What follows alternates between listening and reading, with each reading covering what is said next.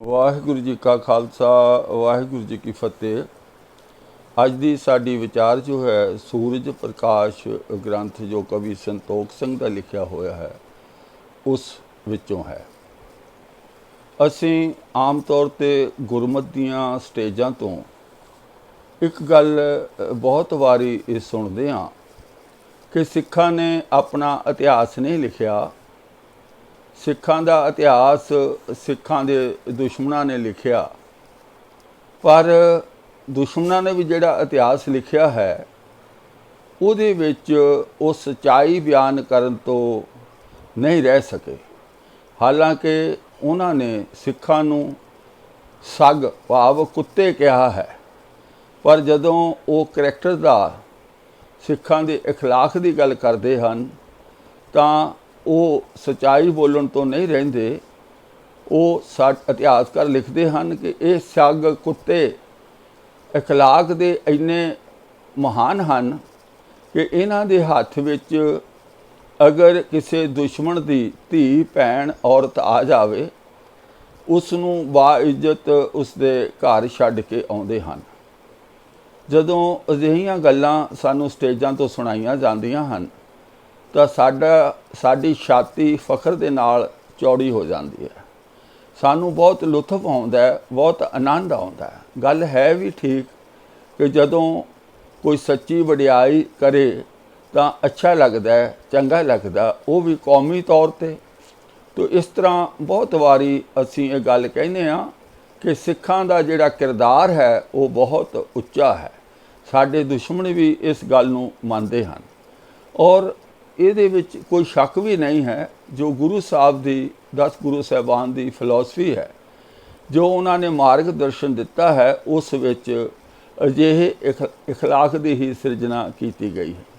ਇੱਕ ਹੋਰ ਕਹਾਣੀ ਸੁਣਾਈ ਜਾਂਦੀ ਹੈ ਕਿ ਸਿੱਖਾਂ ਦੇ ਬਹਾਦਰ ਮਹਾਨ ਜਰਨੈਲ ਹਰੀ ਸਿੰਘ ਨਲੂਏ ਦੇ ਬਾਰੇ ਕਿ ਇੱਕ ਪਠਾਨ ਔਰਤ ਜਿਸ ਨੇ ਹਰੀ ਸਿੰਘ ਨਲੂਏ ਦੇ ਬਹਾਦਰੀ ਦੇ ਬਹੁਤ ਕਿੱਸੇ ਪੜ੍ਹੇ ਸਨ, ਉਹ ਇੱਕ ਦਿਨ ਹਰੀ ਸਿੰਘ ਨਲੂਏ ਦੇ ਤੰਬੂ ਵਿੱਚ ਆ ਜਾਂਦੀ ਹੈ ਅਤੇ ਉਹ ਆ ਕੇ ਕਹਿੰਦੀ ਹੈ ਕਿ ਮੈਂ ਸੁਣਿਆ ਕਿ ਸਿੱਖਾਂ ਦਾ ਜੋ ਗੁਰੂ ਹੈ ਜਾਂ ਸਿੱਖਾਂ ਦਾ ਜੋ ਉਹਨਾਂ ਨੂੰ ਸਿੱਖਿਆ ਦਿੱਤੀ ਗਈ ਹੈ ਉਸ ਵਿੱਚ ਦਰ 'ਤੇ ਆਏ ਕਿਸੇ ਸਵਾਲੀ ਨੂੰ ਖਾਲੀ ਨਹੀਂ ਮੋੜਿਆ ਜਾਂਦਾ।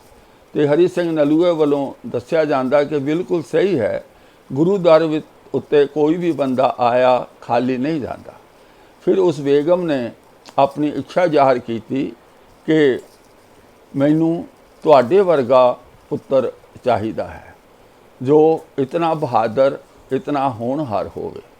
ਭਾਵ ਉਸ ਦੇ ਅੰਤਰੀਮ ਮਨ ਦੀ ਗੱਲ ਇਹ ਸੀ ਕਿ ਉਹ ਹਰੀ ਸਿੰਘ ਨਲੂਏ ਨਾਲ ਸੰਬੰਧ ਬਣਾਉਣਾ ਚਾਹੁੰਦੀ ਸੀ।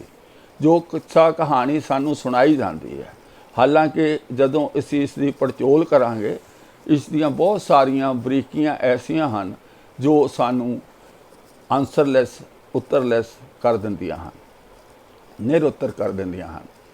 ਪਰ ਕਿਉਂਕਿ ਇਹ ਕਹਾਣੀ ਬੜੀ ਉਤਸ਼ਾਹ ਬਖਸ਼ਦੀ ਹੈ, ਇਸ ਕਰਕੇ ਕੋਈ ਵੀ ਵਿਦਵਾਨ ਇਸ ਦੇ ਉਸ ਪੱਖ ਵੱਲ ਨਹੀਂ ਜਾਂਦਾ ਕਿ ਇੱਕ ਜਰਨੈਲ ਦੇ ਤੰਬੂ ਵਿੱਚ ਇੱਕ ਇਕੱਲੀ ਦੁਸ਼ਮਣ ਦੀ ਔਰਤ ਕਿਵੇਂ ਆ ਸਕਦੀ ਹੈ, ਉਹ ਕਿਵੇਂ ਇਹ ਸਭ ਕੁਝ ਕਰ ਸਕਦੀ ਹੈ, ਕਿਉਂਕਿ ਜਰਨੈਲ ਹੁੰਦਾ ਔਰ ਦੁਸ਼ਮਣ ਦੀ ਔਰਤ ਇੰਨੀ ਹਿੰਮਤ ਕਿਵੇਂ ਕਰ ਸਕਦੀ ਹੈ। ਖੈਰ ਉਹ ਅਲੱਗ ਪੜਚੋਲ ਦੀਆਂ ਗੱਲਾਂ ਨੇ, ਪਰ ਅਸੀਂ ਉਸ ਕਹਾਣੀ ਨੂੰ ਅੱਗੇ ਲੈ ਕੇ ਚੱਲਦੇ ਹਾਂ ਜਿਵੇਂ ਸੁਣਾਈ ਜਾਂਦੀ ਹੈ ਕਿ ਹਰੀ ਸਿੰਘ ਨਲੂਆ ਦੇਖ ਕੇ ਬੜਾ ਹੈਰਾਨ ਹੋਇਆ ਵੀ ਕਿਹੋ ਜਿਹਾ ਸਵਾਲ ਕਰ ਦਿੱਤਾ। ਪਰ ਅੱਗੋਂ ਜੋ ਹਰੀ ਸਿੰਘ ਨਲੂਏ ਦਾ ਜਵਾਬ ਆਉਂਦਾ ਹੈ ਉਹ ਲਾਜਵਾਬ ਹੈ। ਜੋ ਕਹਾਣੀ ਅਨੁਸਾਰ ਹਰੀ ਸਿੰਘ ਨਲੂਆ ਇਹ ਕਹਿੰਦਾ ਹੈ ਉਸ ਬੇਗਮ ਨੂੰ ਕਿ ਬਹੁਤ ਅੱਛੀ ਗੱਲ ਹੈ, ਤੁਸੀਂ ਬਹੁਤ ਅੱਛੀ ਇੱਛਾ ਪਾਲੀ ਹੈ ਅਤੇ ਲਓ ਮੈਨੂੰ ਆਪਣਾ ਪੁੱਤਰ ਸਮਝੋ। ਮੇਰੇ ਵਰਗਾ ਪੁੱਤਰ ਚਾਹੀਦਾ ਸੀ, ਮੈਨੂੰ ਹੀ ਆਪਣਾ ਪੁੱਤਰ ਸਮਝੋ, ਮੈਂ ਤੁਹਾਡਾ ਹੀ ਪੁੱਤਰ ਹਾਂ। ਸੋ ਐਸੀ ਕਹਾਣੀ ਜਦੋਂ ਇਖਲਾਕ ਦੀ ਸੁਣਾਈ ਜਾਂਦੀ ਹੈ ਤੇ ਮਨ ਗਦ-ਗਦ ਹੋ ਉੱਠਦਾ ਹੈ ਔਰ ਬੜੀ ਹੀ ਸਾਨੂੰ ਚੜ੍ਹਦੀ ਕਲਾ ਮਿਲਦੀ ਹੈ। ਪਰ ਆਓ ਹੁਣ ਜਿਹੜੀ ਮੈਂ ਗੱਲ ਕਰਨ ਜਾ ਰਿਹਾ ਹਾਂ ਉਸ ਨੂੰ ਥੋੜ੍ਹਾ ਸਹਿਜ ਨਾਲ, ਧੀਰਜ ਨਾਲ, ਦਿਲ 'ਤੇ ਪੱਥਰ ਰੱਖ ਕੇ ਸੁਣਨਾ ਹੈ। बड़े सहज नाल, क्योंकि जे इस नूं असीं नहीं सुणांगे तां फिर इंज ही होवेगा कि जिवें कबूतर बिल्ली नूं देख के अखां बंद कर लवे। असल विच जिन्हां दे हत्थ असीं अपनी कमांड सौंपी हुई है कि ये साडे प्रचारक, कथावाचक, रागी ढाडी, गुरुद्वारिਆਂ ਦੇ प्रबंधक, साडे जथेदार, साडे विद्वान सानू सेध देणगे, पर माफ़ करना ये साडी गलत फहमी है। हर बंदे नू अपनी रोजी रोटी दा पई हुई है, हर बंदे नू अपने स्थान बनाउण दी जिथे वो पहुँच गया है, भावें वो प्रबंधक होवे, भावें कथावाचक रागी ढाडी होवे, भावें कोई जथेदार या कोई भी होवे, वो जिस मरतबे ते पहुँचया उसकी सारी हिलजुल जो है, सारी मेहनत इस उत्ते लगी हुई है कि मेरे रुतबे नू, मेरे अहुदे नू, मेरी पोजीशन नू कोई आंच ना आवे। गुरु नानक दा धर्म, गुरु गोबिंद सिंह जी दा मार्ग, गुरु ग्रंथ साहिब दा मार्ग पिया टिठे खूह च पवे, कोई फर्क नहीं पैंदा। जिवें चलदा है उवें चलाओ, पर अपनी पोजीशन नू बरकरार रखना। सानू भुलेखा है कि स्टेज तो धर्म दीयां गल्लां करदे ने, प्रचार करदे ने, जकारे छड्डदे ने, बड़ी चढ़दी कलां दीयां गल्लां करदे ने, पर असल विच ये सब कुछ रोटियां कारण पूरे ताल है। सानू भुलेखा, जे असीं भुलेखे च रहना चाहुंदे हां साडी मर्जी है, क्योंकि जो लुटिंदा जाना चाहुंदा होवे, लुट होना चाहुंदा होवे, उसनूं दुनिया दी कोई हस्ती रोक नहीं सकती। हुण जिहड़ी मैं गल करन जा रहा है उस समय की गल है। पहलां दस देवां ये गल किहड़े ग्रंथ विचों है और किसने लिखी है। ये सिख धर्म दे महान इतिहासक सोमे, सिख इतिहास दे कहे जांदे महान इतिहासक सोमे गुरप्रताप सूरज ग्रंथ विच लिखी हुई है।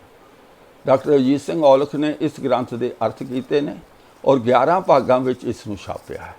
उसके 11वें भाग दे पन्ना नंबर 799 तो लैके 793 तक असी अज विचार करांगे, क्योंकि मैं बहुते वीरां नूं जिन्हां ने मंगिया इसका PDF या लिंक भेजा होया है, वो किसी नूं शक होवे इसनूं रैफर कर सकते हैं।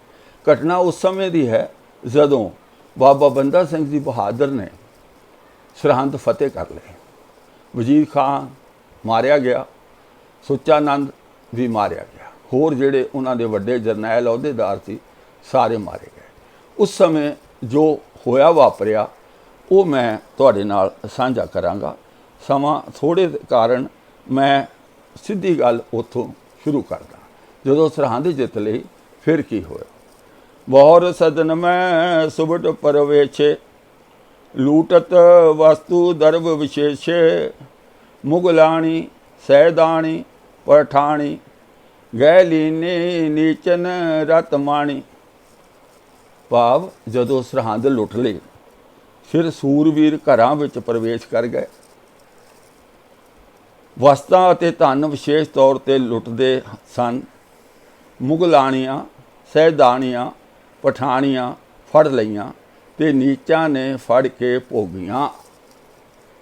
ऐ जिस खालसे दा, जिस सिख कौम दा किरदार दीयां गल्लां असीं स्टेजां तो की करदे हां, और वो ग्रंथ जिस उत्ते रुमाले पा के गुरु ग्रंथ साहिब दी हजूरी विच निता प्रति जिसकी कथा करते हाँ, उस विच की लिखिया होया है कि जदों सब लुट कुट लिया तां उन्हां दियां घर वालियां नूं अपने घर वो नीचां नूं दे दित्तियां। भाव सिख धर्म विच भी नीच जात उच्च जात है, नीच जात वालियां नूं वो दे दित्तियां ते उन्हां ने उन्हां नूं भोगिया।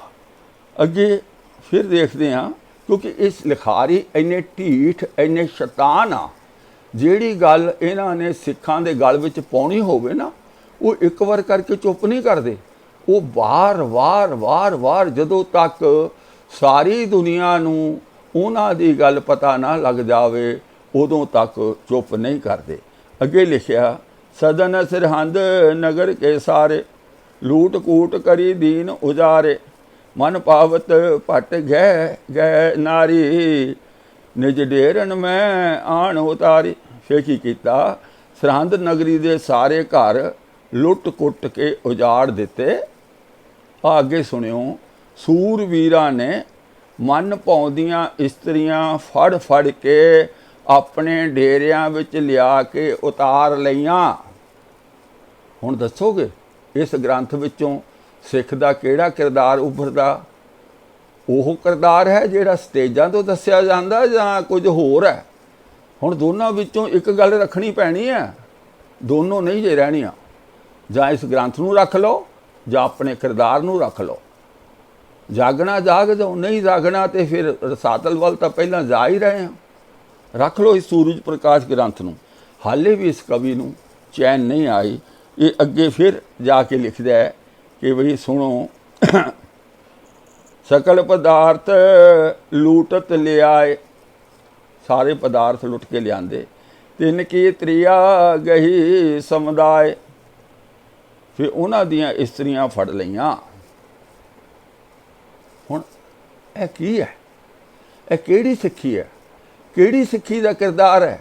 असल विच इस लिखारी दा निशाना सिख तां एक पासे है ही हन।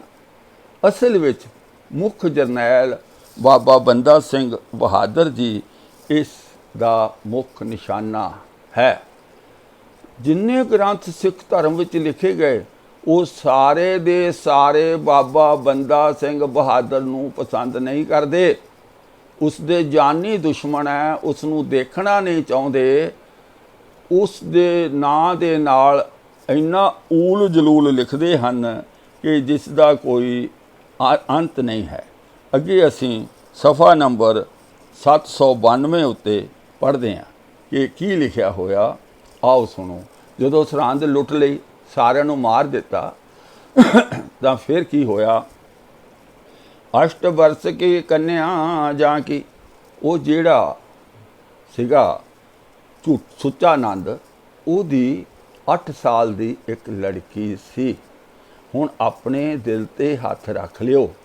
जे बीपी है तो गोली खा लिओ, क्योंकि ਜਿਹੜੇ ਵੀਰ ਭੈਣ ਇਸ ਗ੍ਰੰਥ ਨੂੰ ਬਹੁਤ ਮਹਾਨ ਮੰਨਦੇ ਹਨ ਨਾ, ਉਹਨਾਂ ਨੂੰ ਬਹੁਤ ਮੁਸ਼ਕਲ ਹੋਣੀ ਆ ਗੱਲ ਸੁਣਨੀ, ਬਹੁਤ ਮੁਸ਼ਕਲ ਹੋਣੀ ਆ, ਕਿਉਂਕਿ ਇਸ ਗ੍ਰੰਥ ਨੂੰ ਉਹਨਾਂ ਛੱਡਣਾ ਨਹੀਂ। ਪਰ ਆ ਜਿਹੜੀ ਗੱਲ ਮੈਂ ਕਰਨ ਜਾ ਰਿਹਾ ਇਹ ਉਹਨਾਂ ਨੂੰ ਪਚਣੀ ਨਹੀਂ। ਔਰ ਦੋਨੋਂ ਚੀਜ਼ਾਂ ਇੱਕ ਥਾਂ ਰਹਿ ਨਹੀਂ ਸਕਦੀਆਂ। ਗ੍ਰੰਥ ਨੂੰ ਛੱਡ ਨਹੀਂ ਸਕਦੇ, ਆ ਗੱਲ ਪਚਣੀ ਨਹੀਂ, ਫਿਰ ਗੱਲ ਤੇ ਔਖੀ ਹੋ ਜਾਣੀ ਨਾ। ਆ ਸਭ ਕੁਛ ਬਾਬਾ ਬੰਦਾ ਸਿੰਘ ਬਹਾਦਰ ਦੀ ਸ਼ਖਸੀਅਤ ਨੂੰ ਗੰਦਾ ਕਰਨ ਲਈ, ਕਾਲਕ ਪੋਚਣ ਲਈ ਇਹ ਸਭ ਕੁਝ ਕੀਤਾ ਜਾ ਰਿਹਾ ਹੈ। ਕਹਿੰਦੇ ਵੀ ਉਹਦੀ 8 ਸਾਲ ਦੀ ਇੱਕ ਲੜਕੀ ਸੀ, 8 ਸਾਲਾਂ ਦੀ ਉਸਦੀ ਇੱਕ ਕੰਨਿਆ ਸੀ। ਕਿਹਦੀ? ਸੁੱਚਾ ਨੰਦ ਦੀ। ਦਲ ਮੈਂ ਪਕੜੀ ਸੁਨ ਸੁਧ ਤਾਂ ਕਿ ਉਸ ਬਾਰੇ ਜਾਣਕਾਰੀ ਪਾ ਕੇ ਦਲ ਵਿੱਚ ਫੜ ਕੇ ਲਿਆਂਦੀ। केतक दया सैत नर होए बंदे निकट सुनावत सोए। कई कहते बंदे जिहड़े ना उन्हां दे मन विच दया आ गई ते उसने बाबा बंदा सिंह बहादुर नूं कहा, क्योंकि लिखारी दा मेन पॉइंट कॉन्सनट्रेशन बाबा बंदा सिंह बहादुर नूं तबाह करना, उसनूं जलील करना, उसनूं इतना गिरिया होया दिखाना कि लोकी थू थू करन। असल विच ये लिखारी दी मनोदशा है। ये लिखारी साडा गुरसिखां दा हमदर्द, सिੱਖੀ दा हमदर्द नहीं है। साडे दुश्मनां ने इस नूं ये ग्रंथ लिखण लई प्रेरित कीता। वो जो मटीरियल जहर लिख के दित्ती, वो जहर ये सानू परोस गया। असी बड़े आनंद नाल उस जहर नूं छक रहे हां। 6-8 साल दी जिहड़ी बच्ची सी वो ਉਹਨੂੰ ਫੜ ਕੇ ਲਿਆਂਦਾ ਗਿਆ। ਉਸ ਬਾਰੇ ਜਾਣਕਾਰੀ ਪਾ ਕੇ ਦਲ ਵਿੱਚ ਫੜ ਕੇ ਲਿਆਂਦੀ। ਕਈ ਮਨੁੱਖ ਉਸ ਵੇਲੇ ਦਇਆ ਸਹਿਤ ਹੋ ਗਏ ਤੇ ਬਾਬਾ ਬੰਦਾ ਸਿੰਘ ਨੂੰ ਸੁਣਾ ਕੇ ਕਹਿਣ ਲੱਗੇ। ਕੀ ਕਹਿਣ ਲੱਗੇ? इसको कहाँ दोष अग माही, जिसको अब लग सुध किछ नाही। वो कहते इस विचारी का की दोष है? इसनों तो हाले सुध बुद्धि कुछ नहीं है, इसनों चंगे माड़े का पता ही कुछ नहीं।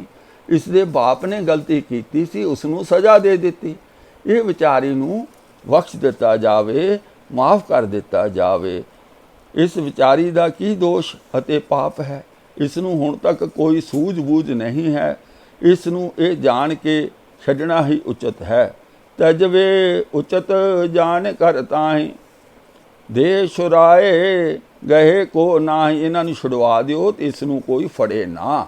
ਲਓ ਅੱਗੇ ਜਿਹੜੀ ਹੁਣ ਆਹ ਗੱਲ ਹੈ, ਬਾਬਾ ਬੰਦਾ ਸਿੰਘ ਬਹਾਦਰ ਨੂੰ ਜ਼ਾਲਮ, ਪਾਪੀ, ਦਰਿੰਦਾ ਸਿੱਧ ਕਰਨ ਲਈ ਇੰਨੀ ਗੱਲ ਕਾਫੀ ਹੈ। ਸੁਣ ਬੰਦੇ ਵੱਡ ਕਰੋਧ ਉਪਾਇਓ। ਬੰਦੇ ਨੇ ਸੁਣ ਕੇ ਬਹੁਤ ਗੁੱਸਾ ਕੀਤਾ। ਹੁਣ ਇੱਕ ਗੱਲ ਮੈਂ ਤੁਹਾਨੂੰ ਦੱਸ ਦੇਵਾਂ, ਇਹ ਗ੍ਰੰਥ 1843 ਵਿੱਚ ਲਿਖਿਆ ਗਿਆ। ਇਹ ਘਟਨਾ ਸਨ 1711-12 ਦੀ ਹੈ। 131 ਸਾਲ ਬਾਅਦ ਵਿੱਚ ਇਹ ਸ਼ਖਸ ਇਹ ਘਟਨਾ ਲਿਖ ਰਿਹਾ, ਔਰ ਕਿਸੇ ਗ੍ਰੰਥ ਦਾ ਕੋਈ ਹਵਾਲਾ ਨਹੀਂ। ਜਿਹੜਾ ਹਵਾਲਾ ਇਹ ਸੰਤੋਖ ਸਿੰਘ ਦੇ ਰਿਹਾ ਹੈ, ਉਹ ਦੇ ਰਿਹਾ ਹੈ ਭਾਈ ਰਾਮ ਕੋਇਰ ਦਾ। ਰਾਮ ਕੋਇਰ ਦਾ ਜੀਵਨ ਕਾਲ ਹੈ ਸਨ 1672 ਤੋਂ ਲੈ ਕੇ 1761 ਈਸਵੀ ਤੱਕ, ਔਰ ਇਹ ਸੰਤੋਖ ਸਿੰਘ ਪੈਦਾ ਹੁੰਦਾ ਸਨ 1788 ਨੂੰ। ਭਾਵ 27 ਸਾਲ ਬਾਅਦ ਇਹ ਪੈਦਾ ਹੁੰਦਾ। ਪਤਾ ਨਹੀਂ ਇਸਨੇ ਕਿਹੜੇ ਜਨਮ ਵਿੱਚ ਭਾਈ ਰਾਮ ਕੋਇਰ ਤੋਂ ਕਹਾਣੀ ਸੁਣੀ ਤੇ ਲਿਖ ਦਿੱਤੀ। ਕੋਈ ਇਸ ਜਨਮ ਵਿੱਚ ਤਾਂ ਹਾਲੇ ਜਨਮਿਆ ਨਹੀਂ ਸੀ। ਜਨਮ ਤੋਂ ਬਾਅਦ ਵੀ 15-20 ਸਾਲ ਤਾਂ ਬੰਦੇ ਨੂੰ ਸੁਰਤ ਨਹੀਂ ਹੁੰਦੀ, ਸਮਝ ਨਹੀਂ ਹੁੰਦੀ, ਉਦੋਂ ਬਾਅਦ ਹੀ ਲਿਖਦਾ। 27 ਸਾਲ ਬਾਅਦ ਜੰਮਿਆ ਕਵੀ ਸੰਤੋਖ ਸਿੰਘ। ਇਹ ਭਾਈ ਰਾਮ ਕੋਇਲ ਜੀ ਤੋਂ ਸੁਣ ਕੇ ਇਹ ਕਥਾ, ਇਹ ਕਹਾਣੀ ਲਿਖ ਰਿਹਾ। ਸਿੱਧਾ 100% ਧੋਖਾ, ਝੂਠ, ਫਰੇਬ ਕੌਮ ਨਾਲ ਕਮਾ ਰਿਹਾ। ਕੌਮ ਸੁੱਤੀ ਪਈ ਹੈ। ਇੱਕੋ ਹੀ ਪ੍ਰੋਗਰਾਮ ਹੈ, ਬਾਬਾ ਬੰਦਾ ਸਿੰਘ ਬਹਾਦਰ ਜੋ ਮਹਾਨ ਜਰਨੈਲ ਹੋਇਆ, ਉਸ ਦੇ ਨਾਮ ਨੂੰ ਬਦਨਾਮ ਕਰਨਾ, ਉਸ ਨੂੰ ਕਲੰਕਿਤ ਕਰਨਾ। ਸੁਣ ਬੰਦੇ ਵੱਡ ਕ੍ਰੋਧ ਉਪਾਇਓ, ਇਹ ਤੁਮਨੇ ਕਿਆ ਹਮੇ ਸੁਣਾਇਓ। ਬੰਦੇ ਬਹਾਦਰ ਨੇ ਇਹ ਗੱਲ ਸੁਣ ਕੇ ਛੱਡਣ ਵਾਲੀ ਵੀ ਲੜਕੀ ਨੂੰ ਛੱਡ ਦਿਓ, ਬਹੁਤ ਕ੍ਰੋਧ ਕੀਤਾ। ਕਹਿੰਦੇ ਵੀ ਤੂੰ ਇਹ ਗੱਲ ਸਾਨੂੰ ਕੀ ਤੁਸੀਂ ਸੁਣਾਈ ਹੈ। ਸ਼ੀਰ ਖੋਰ ਜੋ ਸਾਹਿਬਜ਼ਾਦੇ ਜਿਨ ਕੋ ਸੁਧ ਨੈ ਮਿਲਣ ਕੇ ਬਾਦੇ। ਕਹਿੰਦੇ ਉਹ ਛੋਟੇ ਬੱਚੇ ਗੁਰੂ ਗੋਬਿੰਦ ਸਿੰਘ ਜੀ ਦੇ ਦੁੱਧ ਪੀਂਦੇ ਬੱਚੇ ਸੀ, ਉਹਨਾਂ ਨੂੰ ਕਿਹੜਾ ਪਤਾ ਸੀ ਅਸੀਂ ਲੜਨਾ ਜਾਂ ਅਸੀਂ ਗੱਲ ਕਰਨੀ ਜਾਂ ਕੀ ਕਰਨਾ, ਉਹਨਾਂ ਨੂੰ ਕਿਹੜਾ ਪਤਾ ਸੀ। ਜੇ ਉਹਨਾਂ ਨੂੰ ਮਾਰ ਦਿੱਤਾ ਗਿਆ ਤਾਂ ਫਿਰ ਇੱਥੇ ਇਹ ਗੱਲ ਕਿਉਂ ਕਰਦੇ ਹੋ। ਤਿੰਨ ਕੋ ਦੋਸ਼ ਕਹਾਂ ਇਨ ਜਾਣੈ। ਉਹਨਾਂ ਦਾ ਦੋਸ਼ ਹੀ ਨਹੀਂ ਕੀ ਜਾਣਿਆ। ਸਵਾ ਹਜ਼ਾਰਨ ਕੀ ਨਰ ਸਿਆਣੇ, ਹਜ਼ਾਰਾਂ ਲੋਕਾਂ ਸਿਆਣੇ ਲੋਕਾਂ ਦੀ ਸਭਾ ਸੀ, ਉਹਦੇ ਵਿੱਚ ਇਹਨਾਂ ਨੇ ਕੋਈ ਵਿਚਾਰਿਆ ਸੀ ਕਿ ਛੋਟੇ ਬੱਚੇ ਆ। ਨੈ ਮਤ ਮੰਦਨ ਕਛੂ ਵਿਚਾਰੇ, ਖੱਤਰੀ ਕਹੇ ਸੁਨਤ ਸੋ ਮਾਰੇ। ਕਿ ਖੱਤਰੀ ਜਿਹੜਾ ਸੁੱਚਾ ਨੰਦ ਹੈ, ਇਹਦੇ ਕਹਿਣ ਤੇ ਤਾਂ ਮਾਰੇ ਆ, ਇਹਦੇ ਪੇ ਦੇ ਕਹਿਣ ਤੇ, ਸੋ ਇਹਦੀ ਸਜ਼ਾ ਇਹਦੀ ਧੀ ਨੂੰ ਦੇਣੀ ਬਣਦੀ ਹੈ। ਝੂਠਾ ਨੰਦ ਨੰਦਨੀ ਜੋਏ, ਜਿਹੜੀ ਝੂਠਾ ਨੰਦ ਸੁੱਚਾ ਨੰਦ ਦੀ ਲੜਕੀ ਹੈ, ਜਾਂ ਤੇ ਉਚਿਤ ਨਾ ਤਿਆਗਣ ਸੋਏ, ਇਹਨੂੰ ਤਿਆਗਣਾ ਛੱਡਣਾ ਉਚਿਤ ਨਹੀਂ ਹੈ। ਮਮ ਹਦੂਰ ਤਿਸ ਕੋ ਲੈ ਆਵੋ, ਮੇਰੇ ਸਾਹਮਣੇ ਉਸ ਨੂੰ ਲੈ ਕੇ ਆਵੋ। ਚੰਡਾਲਨ ਕੇ ਹੱਥ ਗਵਾਵੋ, ਉਹਨੂੰ ਚੰਡਾਲਾਂ ਦੇ ਹੱਥ ਵਿੱਚ ਦੇ ਦਿਓ। ਇਹ ਕੌਣ? ਕਵੀ ਸੰਤੋਖ ਸਿੰਘ ਆਪਣੇ ਮਨ ਦੀ ਭੜਾਸ, ਆਪਣੇ ਜ਼ਹਿਰ ਦੀ ਸੋਚ ਉੱਤੇ ਬਾਬਾ ਬੰਦਾ ਸਿੰਘ ਬਹਾਦਰ ਦੇ ਮੂੰਹੋਂ ਆ ਗੱਲਾਂ ਕਢਵਾ ਰਿਹਾ। ਇਹ ਤਾਂ ਉਦੋਂ ਜੰਮਿਆ ਹੀ ਨਹੀਂ ਸੀ ਹਾਲੇ, ਔਰ ਜਿਹਦੀ ਕਹਾਣੀ ਸੁਣ ਕੇ ਕਹਿੰਦਾ ਲਿਖੀ ਹੈ, ਉਹਦੇ ਟਾਈਮ ਇਹ ਹੈ ਨਹੀਂ ਸੀ, 27 ਸਾਲ ਬਾਅਦ ਪੈਦਾ ਹੋਇਆ। ਮਤਲਬ ਨਿਰਾ ਝੂਠ ਲਿਖੀ ਜਾਂਦਾ। ਸੋ ਆਪਣੇ ਮੈਂ ਲੇਹ ਮਿਲਾਈ। ਫਿਰ ਕਿਹਾ ਵੀ ਜਿਹੜੇ ਚੰਡਾਲ ਹੈ ਉਹ ਆਪਣੇ ਵਿੱਚ ਉਸ ਨੂੰ ਮਿਲਾ ਲੈਣ।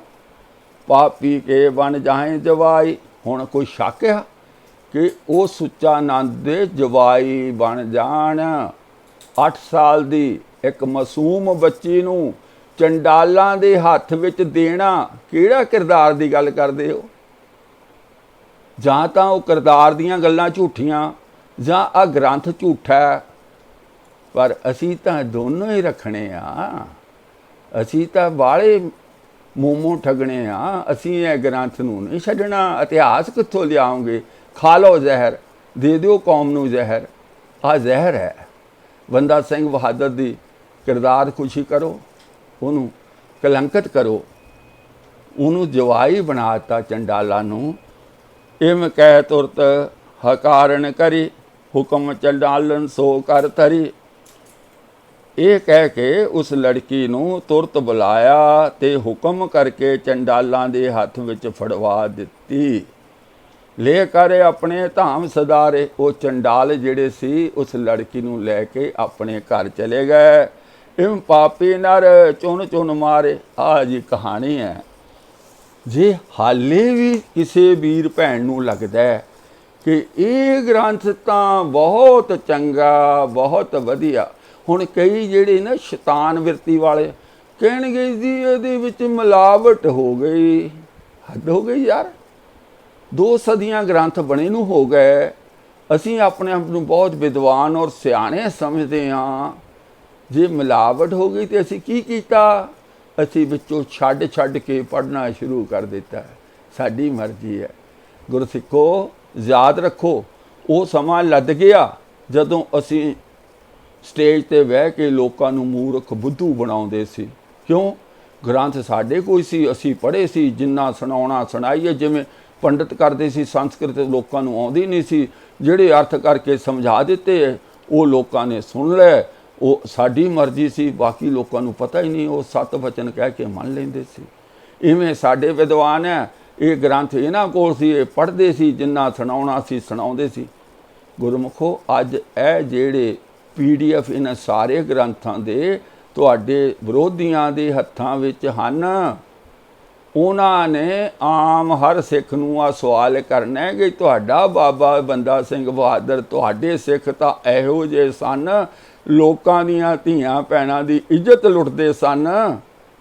ਫਿਰ ਤੁਹਾਨੂੰ ਸਾਨੂੰ ਗੁੱਸਾ ਆਉਣਾ, ਕਿਉਂਕਿ ਸਾਨੂੰ ਤਾਂ ਇਹ ਸੁਣਾਇਆ ਹੀ ਨਹੀਂ ਗਿਆ ਵੀ ਇੱਦਾਂ ਵੀ ਲਿਖਿਆ ਹੋਇਆ।